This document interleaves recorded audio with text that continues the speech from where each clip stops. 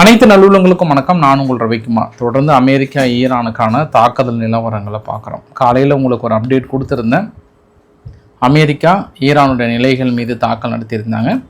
Iran பதிலுக்கு அமெரிக்காவுடைய நிலைகளை தாக்கல் நடத்த ஆரம்பிச்சிருந்தாங்கன்னு சொன்னேன். ஸோ அமெரிக்காவுடைய நிலைகள் எந்த அளவுக்கான பாதிப்புகள் ஏற்பட்டிருக்கிறது, அதே சமயத்தில் அமெரிக்கா நடத்திய தாக்குதலில் ஈரான் எந்த அளவுக்கு பாதிப்பு, ஆதாரம் ப்ளஸ் சேதாரம் அங்கெல்லாம் என்ன நிகழ்ந்திருக்கு, ஈரான் தரப்பில் எவ்வளோ பேர் உயிரிழந்திருக்காங்க, இனி அடுத்த கட்ட நடவடிக்கைகள் என்ன, இனி எத்தனை நாள் தாக்குதல் தொடருமா, அப்படியே நின்றுமா, அனைத்து விதமான கேள்விகளுக்கான பதில்களாக இந்த பார்ட் 2 நம்ம பார்த்துடலாம். மறுபடியும் பார்ட் 1 2 எத்தனை தடவை அப்படின்னு கேட்குறீங்களே தெரியுது.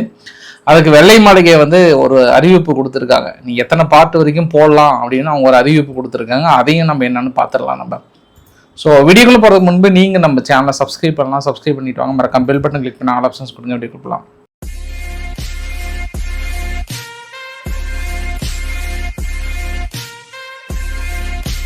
நான் வீடியோ பதிவு எடுக்கிற நேரம் பார்த்தீங்க அப்படின்னா 9 ஜூலை 9:14 9:14 PM எடுக்கிறேன்.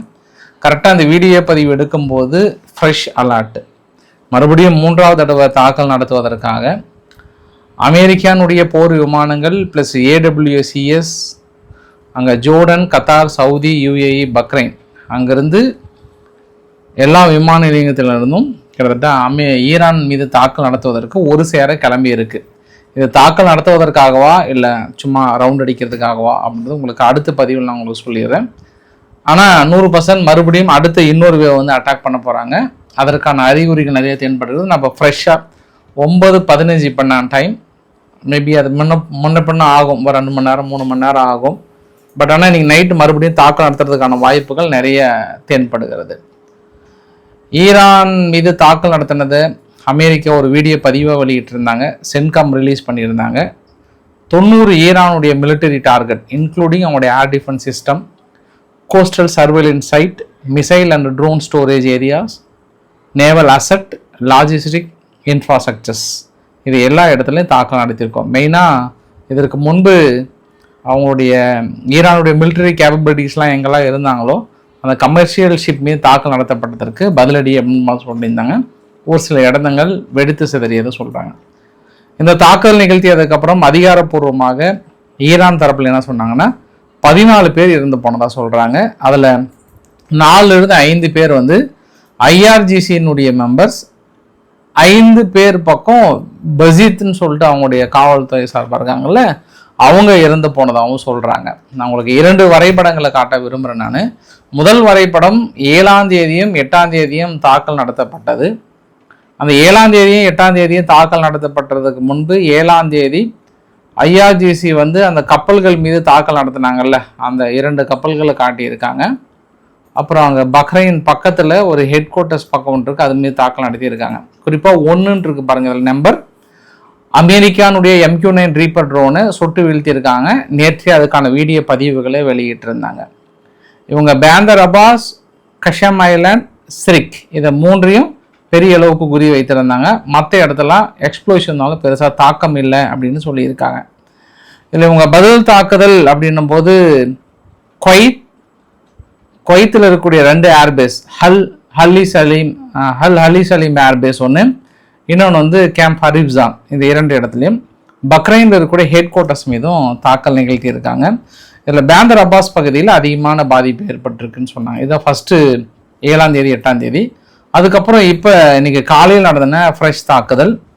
இதில் 1லிருந்து 9 வரைக்கும் கிட்டத்தட்ட நான் நம்பர் போட்டு வச்சுருக்கு.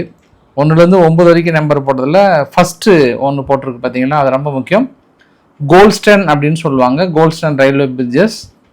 இந்த பிரிட்ஜ் இந்த முடிக்கும் போது உங்களுக்கு காட்டுறேன் நான். அந்த இடத்துல இந்த ரயில்வே பிரிட்ஜ் தாக்கல் நடத்தியிருக்காங்க. 2 மஜாத் ரூட் பிரிட்ஜ் ஒன்று இருக்குது, அந்த இடத்துலையும் தாக்குதல் நடத்தப்பட்டதாக சொல்கிறாங்க. இது 2 இன்ஃப்ராஸ்ட்ரக்சர்ஸ். அடுத்து 3 பார்த்தோம்னா 6 நம்பர் போட்டிருங்க. அது பக்கத்தில் பாருங்கள், அது சிரிக் ஐலாண்ட் அப்படின்னு சொல்லுவாங்க. சிரிக் பகுதியில் அவங்களுடைய ரேடார் சிஸ்டம் இருக்குது, நேவி ப்ளஸ் ரேடார் சிஸ்டம் அங்கே இருந்திருக்கு. 4 ஏர்போர்ட் பக்கத்தில் தாக்கல் நடத்தியிருக்காங்க. அதாவது சபகர் போர்ட்டுன்னு சொல்லுவாங்க. சபகர் போர்ட் அப்படின்ற போது இந்த 7 இந்த ரேஞ்சு ஃபுல்லாகவே பெரிய ஒரு தாக்கல் நிகழ்த்தியிருக்காங்க. அப்புறம் பேந்தர் அப்பாஸ், புஷீர், இந்த புஷீர் பகுதியில் தான் கொஞ்சம் அவங்க ஐஆர்ஜிசி ஏரோஸ்பேஸ் இருந்ததாகவும், இன்னொரு இடத்துல என்னன்னா அவங்களுடைய நியூக்ளியர் பிளான்ட் இருந்த இடத்துல வந்து தாக்கல் நடத்தியதாக சொல்றாங்க. இப்போ பகல் டே டைம்ல வந்து தாக்கல் நடத்தியிருக்காங்க. இரவு நடத்துனது இல்லாமல் டே டைம்ல. பதிலுக்கு இவங்க எங்கெல்லாம் தாக்கல் நடத்தியிருக்காங்க அப்படின்னாங்கன்னா, பெரும்பாலும் வந்து குவைத் சிட்டியை தாக்கல் நடத்தியிருக்காங்க. அப்புறம் வந்து ஜோர்டனை எய்ம் பண்ணியிருக்காங்க. குவைத்து, பக்ரைன், ஜோர்டன் இது மூன்றையும் வந்து பெரிய அளவுக்கு எய்ம் பண்ணியிருக்காங்க. அவங்களும் வந்து அது ரிசீவ் பண்ணதா சொல்றாங்க. இப்போ உங்களுக்கு இந்த வரைபடத்துக்கு அப்புறம் வந்து நான் இன்னொரு விஷயத்தை காட்டுறேன். இதுதான் வந்து அந்த கோல்டன் அப்படின்னு சொன்னாங்க இல்லையா, அந்த இடத்துல அமெரிக்கா தாக்கல் நடத்தியதுக்கு மற்றொரு காரணம் என்னன்னா, அங்கே ஈரானுக்கு வந்து மஷாத்துக்கு மேலே ஒரு பெரிய ஒரு ரூட் இருக்குது பாருங்கள். மஷாத் அப்புறம் தெஹரன் இங்கெல்லாம் கனெக்ட் பண்ணக்கூடிய ஒரு ரூட்டு.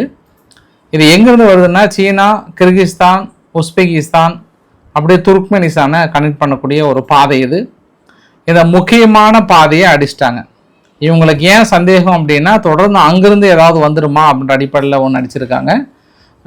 இன்னொரு விஷயம் என்னென்னா, ரஷ்யாக்கிட்ட இருந்து எதுவும் வந்து விடக்கூடாதுன்றதுனால அடிச்சிருக்காங்க. அப்போ 2 முக்கிய பாதைகள் அடிச்சிருக்கிறது அமெரிக்கா.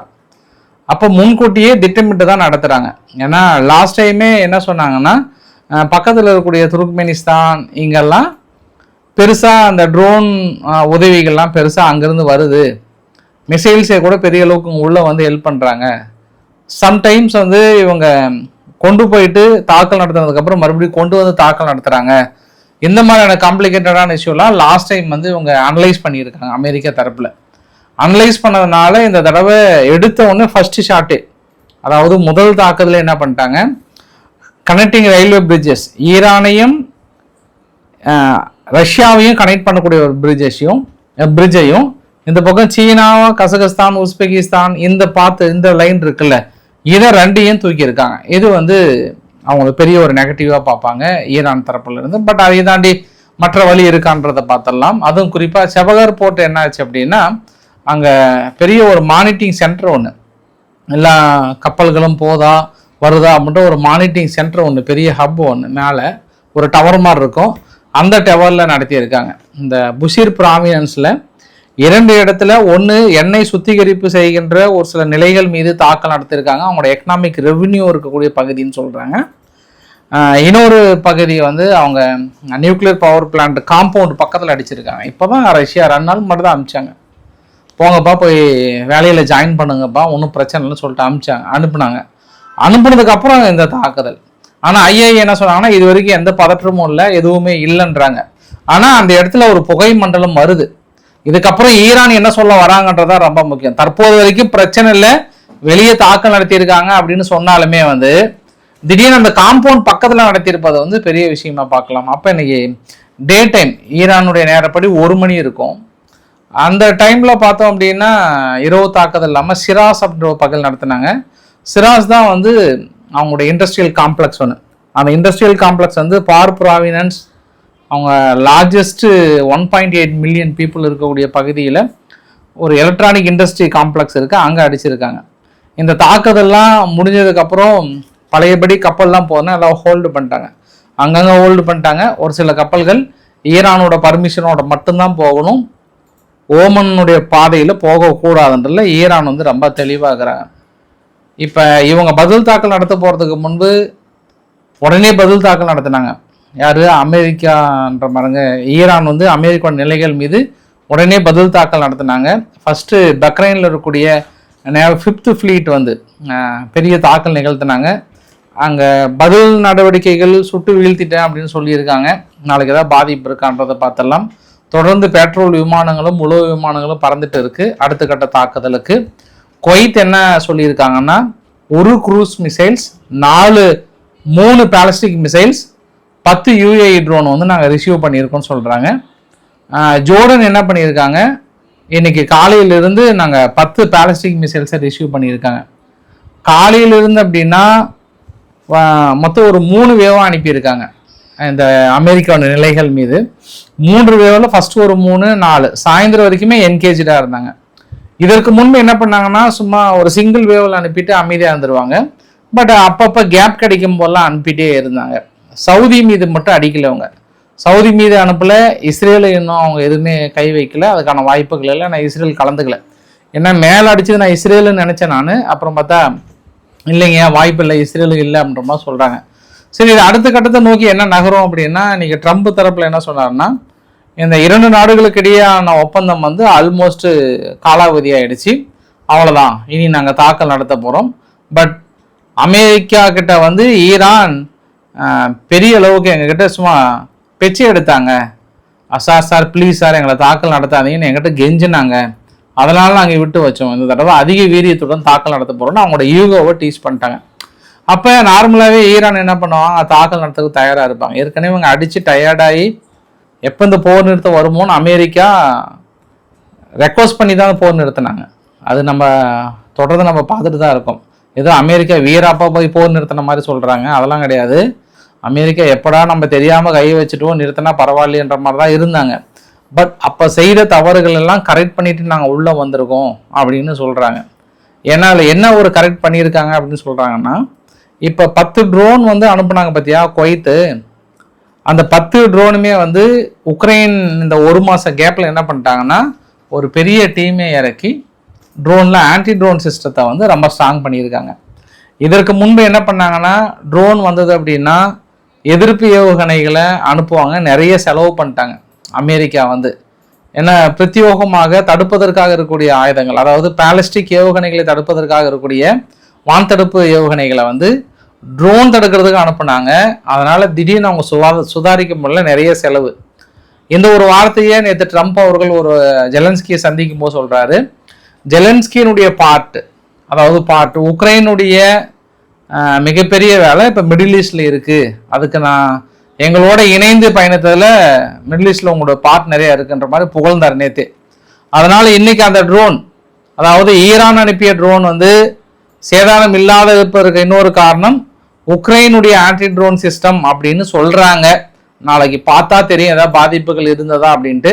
ஆனால் தொடர்ந்து அங்கே இருக்கக்கூடிய நம்ம நண்பர்கள், பக்ரைனில் நண்பர்கள், குவைத்தில் இருக்கக்கூடிய நண்பர்கள், இவங்க எல்லாமே தொடர்ந்து மெசேஜ் பண்ணிட்டு தான் இருக்கிறாங்க. இல்லை அலர்ட் மெசேஜ் வருது, ட்ரோன் வந்துட்டு தான் இருக்குது, திடீர்னு வருது, சுட்டு வீழ்த்தப்படுகிற பதிவுகளும் பார்க்க முடிகிறது அப்படின்னு தான் சொல்கிறாங்க. அதுவும் ஜேடி வான்ஸ் அவர்கள் என்ன சொல்லிட்டாருன்னா, ஸ்டேட் ஆஃப் ஆர்ம்ஸ் தான் எங்களுடைய இலக்கு, நீங்கள் ஓப்பன் பண்ணல அப்படின்னா கண்டிப்பாக நாங்கள் அடிப்போம். நாங்கள் நீண்ட கால தாக்கல் நடத்தணுமா இல்லை குறுகிய காலத்தில் நிறுத்தணுமான்றதை முடிவு செய்ய வேண்டியது ஈரான். ஸ்டேட் ஆஃப் ஆர்ம்ஸ் அவங்க கண்ட்ரோலுக்குள்ள கொண்டு வரதுக்கு வாய்ப்புகள் இல்லை. அதையும் மீறி நினைச்சாங்கன்னா அடுத்த கட்ட தாக்குதலுக்கு நாங்கள் தயாராக இருக்கிறோம் அப்படின்னு சொல்லிட்டாங்க. இந்த சம்பவத்தில் கத்தார் என்ன பண்ணிட்டாங்க, நிறுத்து, எல்லாத்தையும் நிறுத்துட்டாங்க. இப்போ இந்த அதாவது எல்என்ஜி கேஸ்லாம் இருக்குல்ல, கதையை முடிச்சுட்டாங்க. இப்போ தான் ஏதோ ரெடி ஆகிட்டு ஐயா நான் அனுப்பி விட்றேங்க ஐயா அப்படின்னு சொன்னாங்க. கடைசியில் பார்த்தா அதுவும் ஓல்ட் ஆகி போச்சு. இல்லை மறுபடியும் இந்த கேஸ் விலைலாம் ஏறும்னு நினைக்கிறேன். மக்கள்லாம் பெருசாக எதிர்பார்த்தோம் கேஸ் கூடாயில் விலைலாம் குறையும் அப்படின்ற மாதிரி, ஒன்றும் குறைஞ்ச மாதிரி தெரியல. ஈரானுக்கு மற்றொரு சர்ப்ரைஸ் என்ன அப்படின்னா, இந்த ஈராக் குர்திஸ் நிலைகள் இருக்குல்ல, அந்த இடத்துல இன்றைக்கி ஈரான் வந்து 3 இடத்துல அட்டாக் பண்ணாங்க. பட் குர்திஸில் இருந்து இந்த தடவை இன்ஃபில்ட்ரேட் ஆகிறதுக்கு வாய்ப்பு இருக்குன்றதுனால அந்த ஈராக்குடைய எல்லை பகுதியில் அதிக இராணுவத்தை குவிக்கிறாங்க இன்றைக்கி காலையிலிருந்து ஈரான் தரப்பில். ஏன்னா ஏற்கனவே 2 தடவை குர்திஸ் வந்து ட்ரை பண்ணியிருக்காங்க. ஈரான் வந்து கடுமையான பதிலடி கொடுப்புன்ற மாதிரி வந்து சொன்னாங்க. இப்போ ஈரானுக்கு இன்னும் என்ன சந்தேகம் வந்திருக்கும், ஏன்னா நேற்று கூட ஐதுல்லா அலி காமேனி அவர்களுடைய இறுதி ஊர்வலம் அங்கே போயிட்டு தானே வந்தது, பயங்கரமான ஒரு ஆதரவு வலை இருந்தது. எப்படிப்பா நீ சொல்கிற அப்படின்னா, இன்னைக்கு கூட ஈரான் பாருங்க, ஈராக்கினுடைய பிரைம் மினிஸ்டர் அலி அல் ஜைடி நாங்கள் அமெரிக்காவுடன் பொலிட்டிக்கல் கோஆப்ரேஷன் அண்ட் எக்கனாமிக் பார்ட்னராக இருக்கிற விரும்புகிறோம் அப்படின்னு அதிகாரப்பூர்வமாக அனௌன்ஸ் பண்ணியிருக்காங்க. Iraq to announce political cooperation and economic partnership with US அப்படின்றத வெளிப்படையாக அனௌன்ஸ் பண்ணிட்டாங்க. ஸோ இடையில நம்ம சொல்லிகிட்டே தான் இருந்தோம், ஒரு சில நடவடிக்கைகள், ஒரு சில கைது நடவடிக்கைகள். இன்றைக்கி கூட ஒரு ஒருத்தர் முன்னாள் அமைச்சரை கைது பண்ணாங்க. ஏதோ ஒரு ஜேசிபி தோண்டி குழி பேக் மூட்டையாக போட்டு புதைச்சி வச்சுருந்தார் பணத்தை ஈராக்கில். அதை கண்டுபிடிச்சி தோண்டி எடுத்துகிட்டு இருந்தாங்க ஃபுல்லாக. என்ன ஐயா பணத்தையே டன் கணக்கில் வச்சுருப்ப போல், அச்சடித்த பணத்தையே அப்படின்ற மாதிரி வந்து பார்த்தாங்க.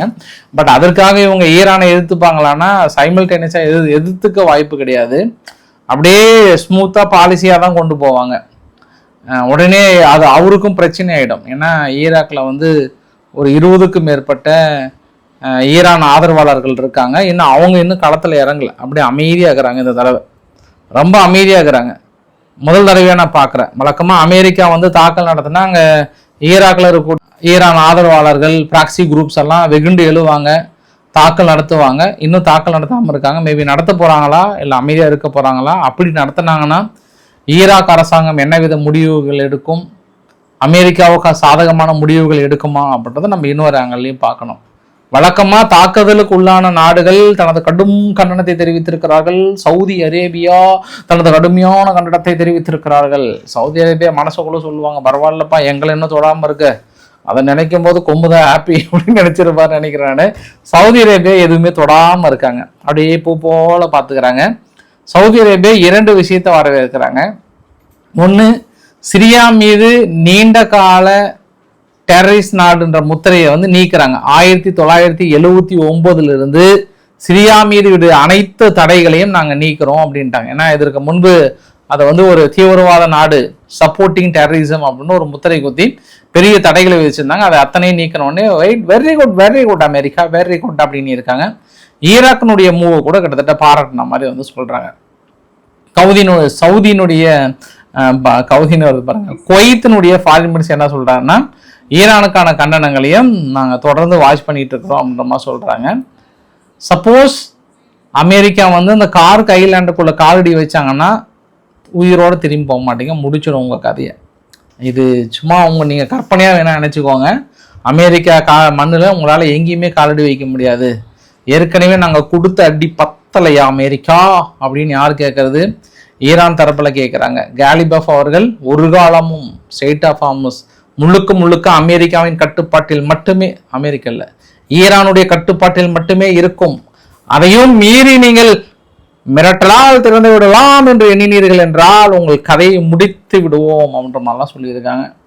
அராக்சி அவர்கள் நேராக பாகிஸ்தானுக்கு ஃபோன் பண்ணி இந்த மாதிரி அத்துமீறி நடந்துக்கிறாங்களே, அக்ரிமெண்ட்டை போட்டு என்ன பண்ணுறது சொல்லுங்கள், இதெல்லாம் நியாயமா அப்படின்றது தனது ஆதங்கத்தையும் தனது கருத்துக்களையும் தனது கண்டனங்களையும் தெரிவித்திருக்கிறாராம். பாகிஸ்தானுடைய டிஃபென்ஸ் மினிஸ்டர் என்ன பண்ணுவார்?